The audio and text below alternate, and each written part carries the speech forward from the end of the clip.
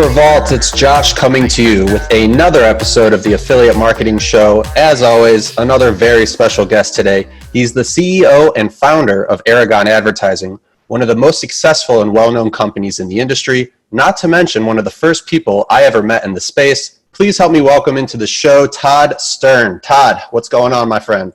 Hey, Josh. Thanks for having me. Great to be here. Oh, we're very happy to have you. Where are you talking to us from today? I am at my home office, I guess you can call it that. Right now it's a bedroom in Brooklyn. Nice. Are you finding it easy or difficult to work from the bedroom home office? In some ways it's a little bit more efficient. In others it's worse.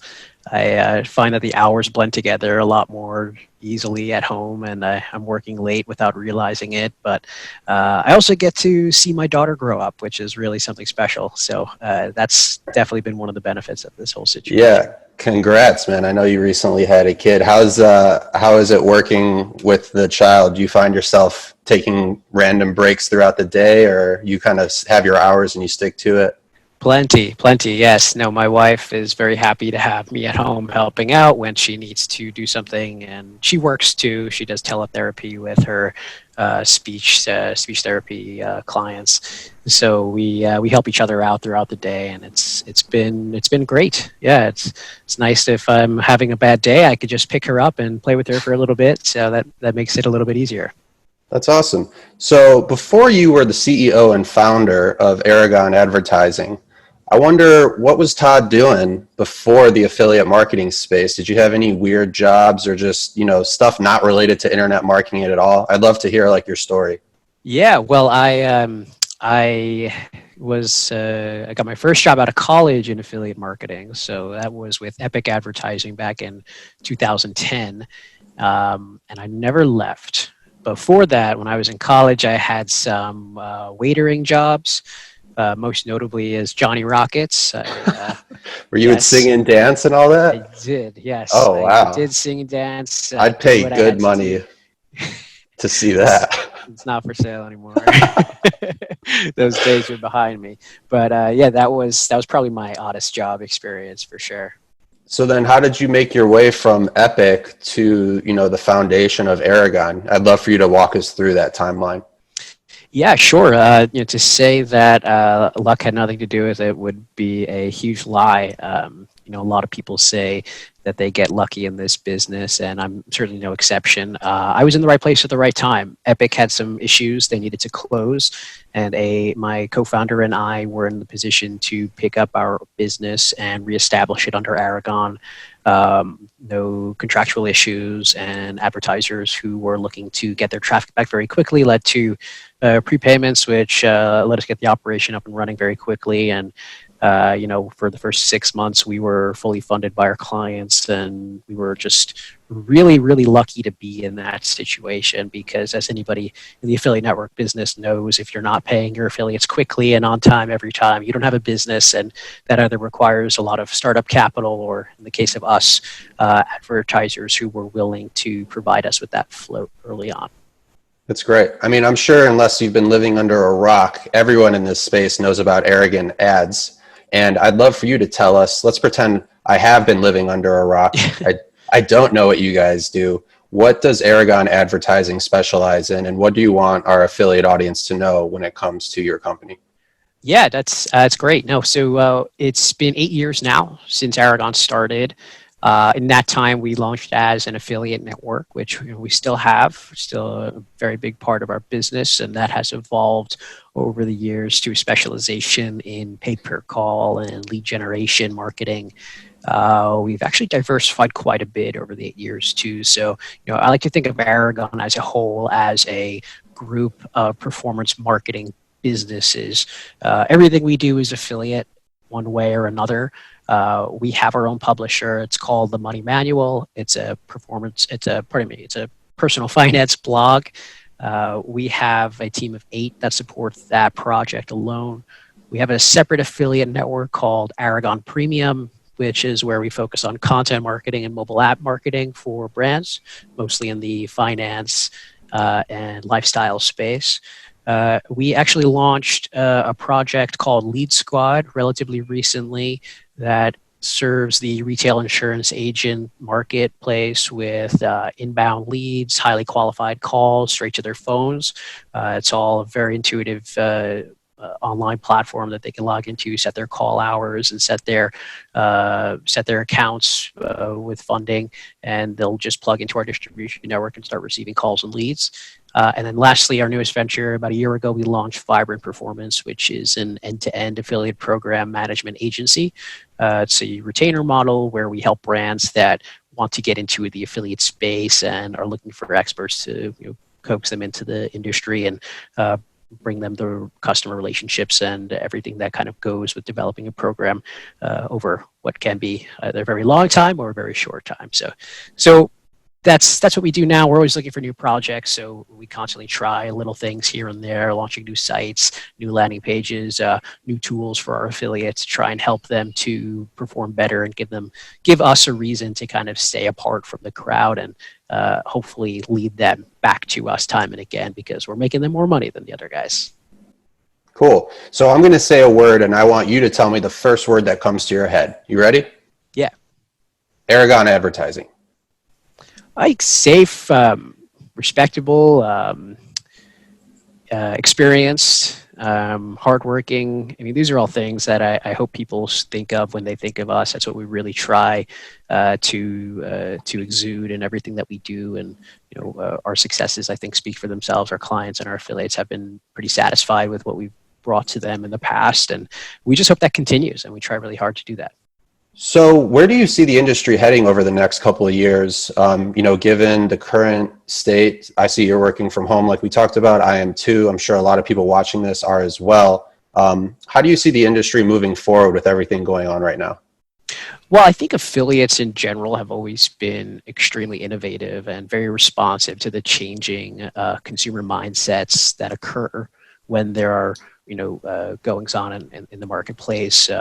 This pandemic is no exclusion, right? You have one of the most significant changes probably since the digital revolution or the industrial revolution occurring right now. And it doesn't seem that way yet, but it certainly is.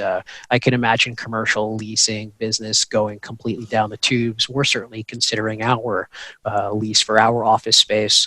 The thought that work from home policies would be difficult to execute is, for us and for many, many large companies who are much larger than us, we're proving that that's not the case. I think people are going to be happier working from home.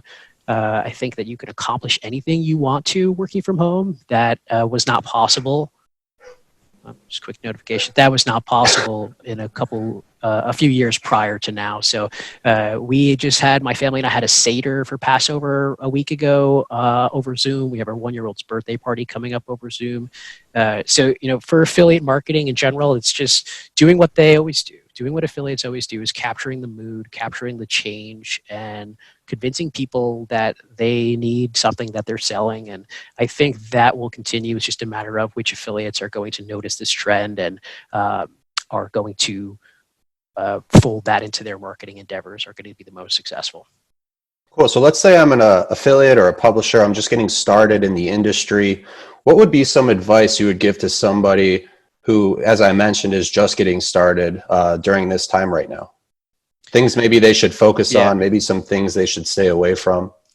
It's a difficult time to get started in the industry right now, I would say. I'm sure there are thousands of people who are discovering affiliate marketing for the very first time because they're out of work and looking for supplemental income streams. So you are correct. Affiliate marketing is a very lucrative profession if you do it right, but it is going to be difficult, especially right now. And that reason is budgets have dried up.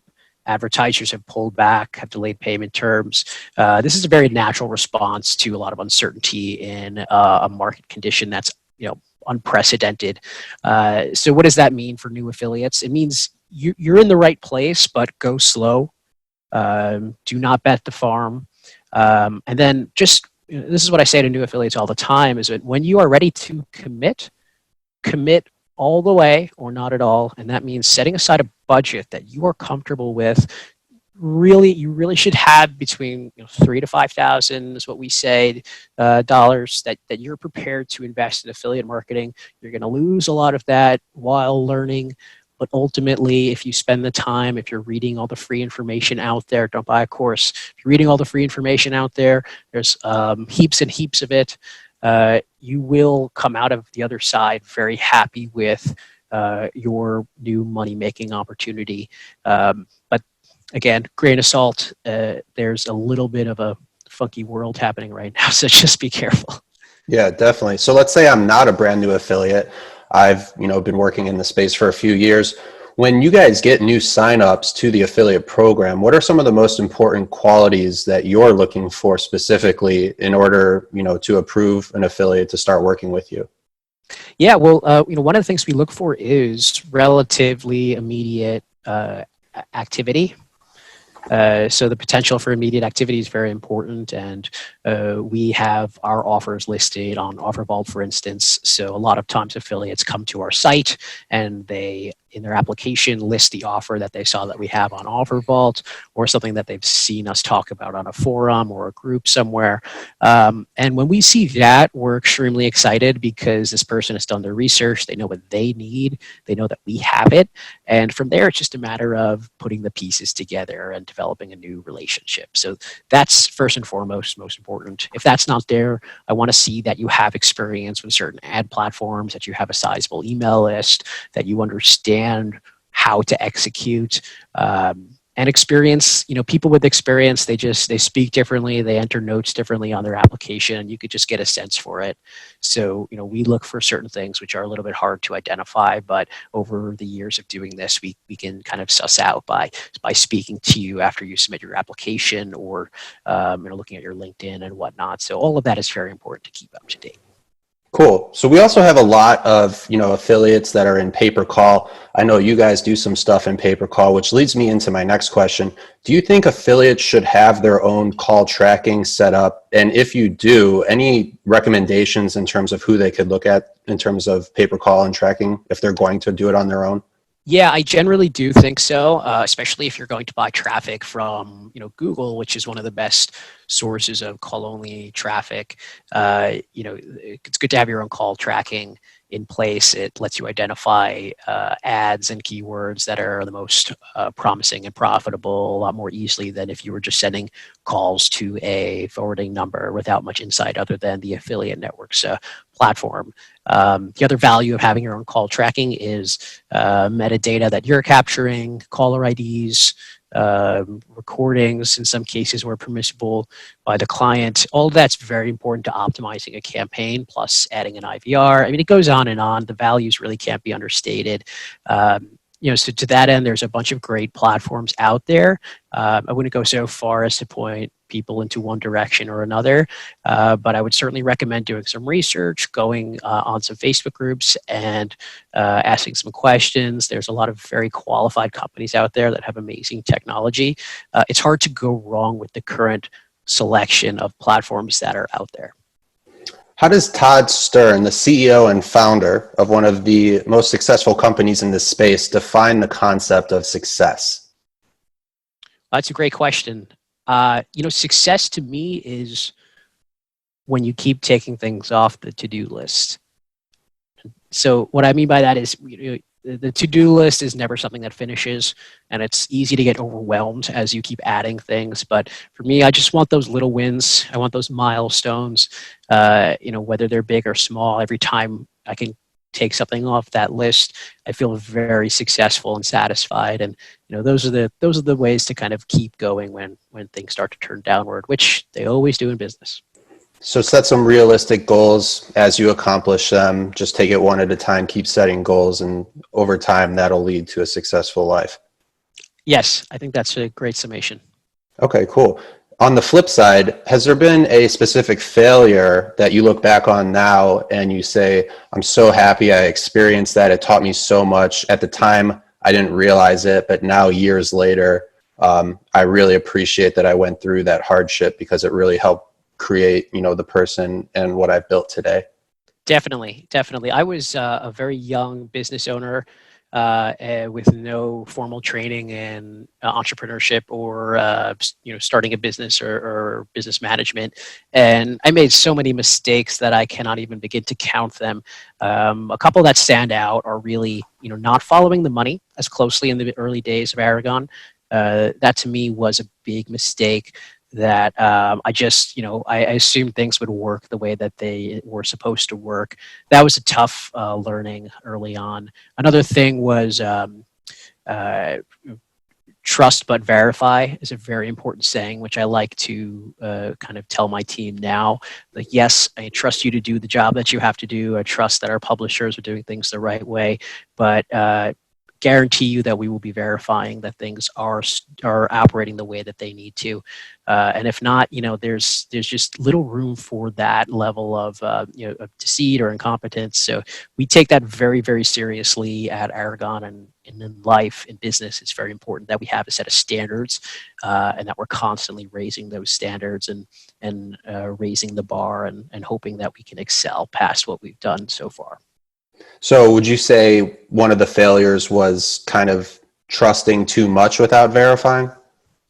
Yeah, absolutely. Yeah, and that's I think that's been a problem of mine, which I was able to get over early on in my career. Yeah, just I guess do your research on the people that you're working with. Yeah, do your research. You guys we're all in a business where it's easy to make friends with somebody halfway across the world and do some business with them. And you should be encouraged to do that. But I would certainly suggest that you do your diligence, do your background checks. Not a single client gets into our network now without getting all their credit references checked. We run their D&B number. We get a prepayment if necessary. And then they're kept on very low credit terms until they prove that they're a reliable payer and a reliable partner. And regrettably, that's just the nature of the business that we're in. It's very difficult to work with the company on the other side of the world if you don't have those kinds of conditions in place to protect yourself and protect your business. In our case, protect our affiliates. So that was something that it took a little bit of time to it took failure through experience to learn. And I wish I was alone in that, but I hear those stories a lot early on from new networks. So thankfully those are way in the past. Yeah, I'm sure thankfully we've all had those experiences that we have learned from that are in the past now. What's one of the best investments you ever made? Whether it's a physical product that increased your productivity or a change of the way you think or approach life, something that our viewers might be able to take and apply to their own lives. I invest in my people and I invest in myself. I think both of those things are invaluable. So the people that work for me, I'm very, very lucky to have them. They work hard, they believe in what they're doing, and I want to make sure that they feel rewarded and awarded for all of their hard work and their contribution to the success that Aragon has had. And as far as myself, I'm always looking to grow my mind and read new things and absorb new things from people that I've spent time with or that publish great articles or great books. There's no shortage of ways to kind of grow and learn. And for me, I always think that there's something else out there that I could be doing differently or doing better. And to me, it's just a matter of finding that. I always look. So that kind of leads me right into the next question here. What are some things that you like to do with your free time? I'm assuming reading, gaining knowledge is obviously one of them. But when you're not working and you're not running a company or being a dad or an awesome husband, what are some other things that you like to do with your free time? Well, I love to read, as you mentioned. Yes, it's very important to me. I'm a gamer. If you cannot tell by the headset. Yeah. So what games are you playing? That's what I want to know. I play Call of Duty right now, and I always look for a good role-playing game. Those are kind of my go-to. Are you a PC guy? No, I am on PS4. All right, cool. That's great. Yeah, I love to game too. I'm more of an NBA 2K guy or a Rocket League guy. Those have been my Rocket favorite. League is fun. I've played that a little bit. Yeah. Awesome. Yeah. So I'm coming out of college, let's pretend. What would be some advice to a student that's just entering the real world from your experience, things that you would recommend they focus on, and maybe some things you would recommend they put less importance on? Yeah, and that's a great question. And the first thing that comes to mind with that is with the changing world that's happening right now, I do expect it'll be harder for people right out of college to get entry level work at companies that now have full work from home situations. It's much harder to train somebody and verify that they're doing things the way that need to be done when you don't have a centralized office location. So that kind of leads into my advice, which would be you have to be a sponge and you really have to soak up everything that you possibly can, not only about what your job responsibility is, but what does the guy next to you do, who you speak to every day and give work to, or vice versa. And what does the girl down the hallway do as well? You know, what is she providing to the team, and how important is it, and why?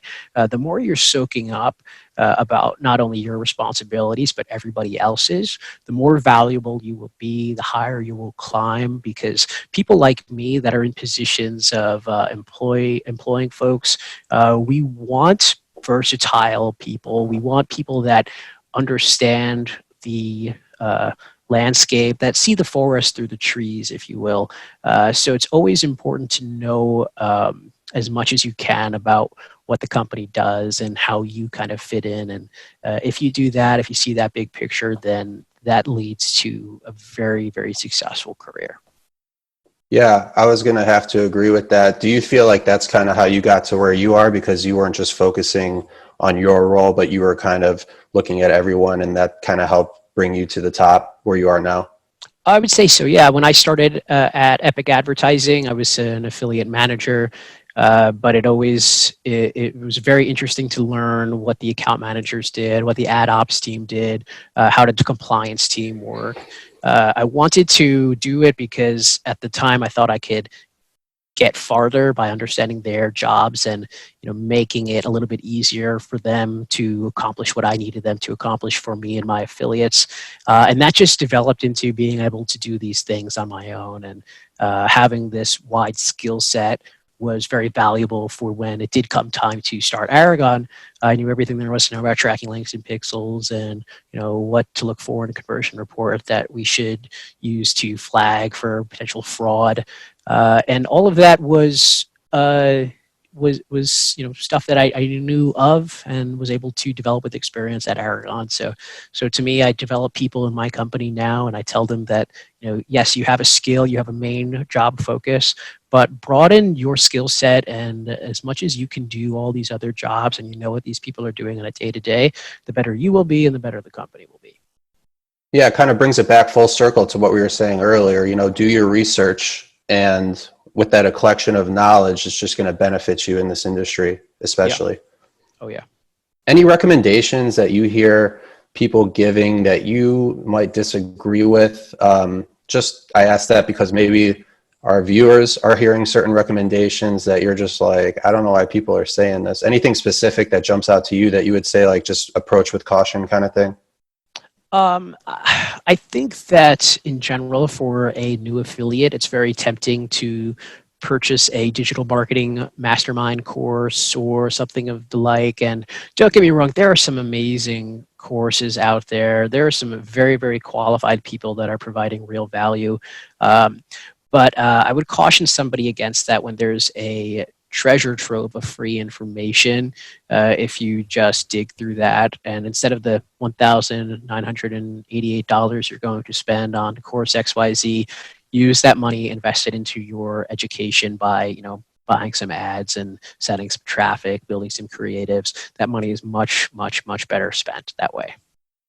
Any regrets in your life that you look back on? Could be a learning experience, but also just like, I wish I would have handled that differently. I don't know where to start. Yeah, exactly. Yeah, no, I made countless mistakes. Yeah. And that goes with life and in business, and anyone that says otherwise is full of it. For me, I like to say that every year I make fewer mistakes. And as long as I can live by that principle, where I get better every year at making decisions, because you can't control the outcome of a decision, but you can make sure that the decision you're making is as qualified as it is based on the information you have available. So that's what I try to do now, and that leads me to success most of the time. Awesome. And then on the flip side, what would be some of your favorite achievements that you've accomplished so far? Could be in this industry, could be in your personal life, but just things that you're really proud of. Well, work-wise, we've been very lucky to have a lot of success that's translated into a few awards and recognitions. We've been named the #1 pay-per-call network by MThink's Blue Book survey for 3 years in a row, which I'm very, very proud of. I have won an award for entrepreneurship. It was a Gold Stevie Award that I won last year, which also is, my team nominated me and they wrote this amazing essay, and I was just, I felt really, really, lucky and excited to have that recognition, and from my team of all people to do that for me was really something special. So that's one of the most successful moments that I've personally had in business. And then, of course, just family and, seeing my daughter grow up and having a daughter and hopefully growing the family soon. I'd say that's a good summation. Awesome. Well, Todd, you've been a fantastic guest. I'll have you back on the show anytime. Before we let you go, we're going to play a quick game I like to call the OfferVault Hot Seat. Now, this has nothing to do with affiliate marketing. It's a series of 5 fun would you rather questions that are going to get a little harder the further we go. You can pass if you want, but I don't think anyone's passed on the show. But let's do it. All right, let's do it. Any questions before we get started? Bring it on. I'm down. All right, welcome to the OfferVault Hot Seat. Question 1. Would you rather be able to use a fork or only be able to use a spoon? So you can only use one or the other for the rest of your life. A spoon. Yeah, because anything you eat with a fork, you can scoop with a spoon. You can't really eat soup with a fork, though, right? It's going to be hard to cut with a knife and a spoon, but I think we can make it happen. Hence the invention of the spork. Not an available answer in this question, though. Question 2, would you rather be unable to use search engines or unable to use social media for the rest of your life? I would like to stick with search engines. I could do without social media, I think. Yeah, I would 100% agree. I think social media is more of a not necessity compared to the knowledge you can gain from a search engine. Yeah. Question number 3. You're doing great so far. Okay. Would you rather live the next 10 years of your life in China or in Russia? In China, probably. Any specific reason for that answer? Without getting too non-PC? Yeah. I think that China's been at the forefront of a lot of invention and innovation and technology, and I think historically they have so much to offer. All these amazing, this culture I think is like the oldest standing culture in the world. I want to say, I don't know if that's true. But, we're going to quote you on that. All right? We're going to fact check that. Please do. Question number 4, moving right along. Would you rather have constantly dry eyes or a constantly runny nose? I'm going to say runny nose. I don't know. I would have to disagree. I just think that's a messy process. There's a lot more cleanup involved. The dry eyes, I'd be in pain, but I could at least just kind of like power through it. Runny nose, it's like you're constantly doing that, and then you irritate the nose. I guess so. I'm changing my answer. Change your answer. All right. Here's the final question for you in the OfferVault Hot Seat. Number 5. Would you rather eat an egg with a half-developed chicken inside or eat 10 live grasshoppers? Just one egg and get it over with. Wow. Okay. Yeah. I was not expecting that answer. I would have to go with the grasshoppers. Todd, you've been a fantastic guest on the Affiliate Marketing Show. Again, we'll have you anytime. Before we wrap up, I want to give you the floor. This is your time to tell our viewers any final statements or anything about Aragon. Go for it. Great. Yeah, no, I really appreciate the time. To anybody that is struggling and looking for ways to change how they're promoting, what they're promoting, how they're making money in this current environment, reach out to us. I can't guarantee we have the solution, but just like all of you, we are pivoting. We are looking for things that make sense in this time of great economic change. And there's certainly a good amount of opportunities we can give you that I think will make you money and that you'll be very interested in to specialize in. So let us know. We'll be happy to help. For Todd from Aragon Advertising and myself, Josh from OfferVault, let's make that paper. Let's make that dough. This was the Affiliate Marketing Show. See you next time, everybody.